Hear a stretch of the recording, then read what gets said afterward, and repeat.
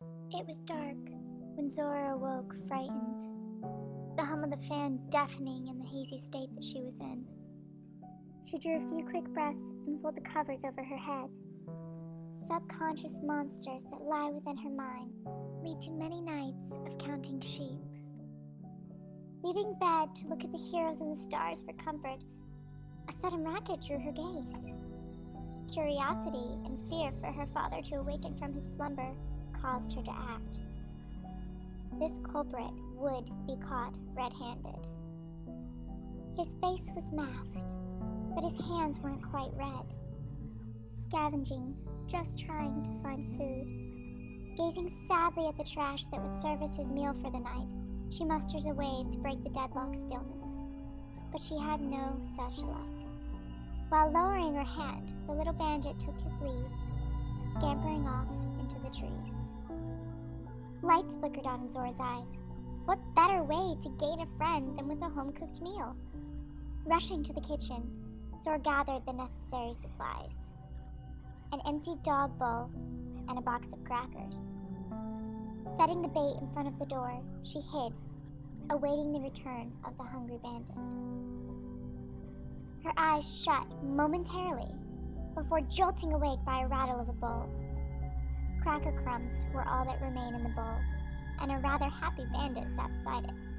An unlikely friendship was born. She scooped the raccoon into a hug, the masked bandit squirming under her grasp, letting him vanish into the night at the sound of her parents starting their days. Zora lay awake by the door the next night, awaiting the return of her new friend. But he did not return. Night after night for a week she waited, but the little bandit did not come back. On the 8th night, Zora lost all hope and returned the bowl to its station in the kitchen and went back to her bedroom to face the monsters. At dawn, when her parents had already started their morning ritual, a noise outside woke Zora. Racing to the door, grabbing the crackers and bowl, she waited for him. Seeing his masked face delighted Zora. Immediately, she set the food down for the bandit to eat. But he did not want the food, knocking it aside. He's thirsty, she thought, thinking him ill. Pouring water into a bowl, she offered him some. He did not want the water, knocking it aside. Confused and distressed that she couldn't please her friend, she went in for a hug.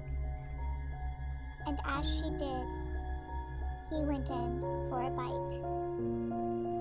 A deep yell, a swift kick, and the discharge of a shell ended the scene before it could unfold. Their dubious bond ended abruptly. Perhaps one more constellation lies in the sky for the dearly departed little bandit.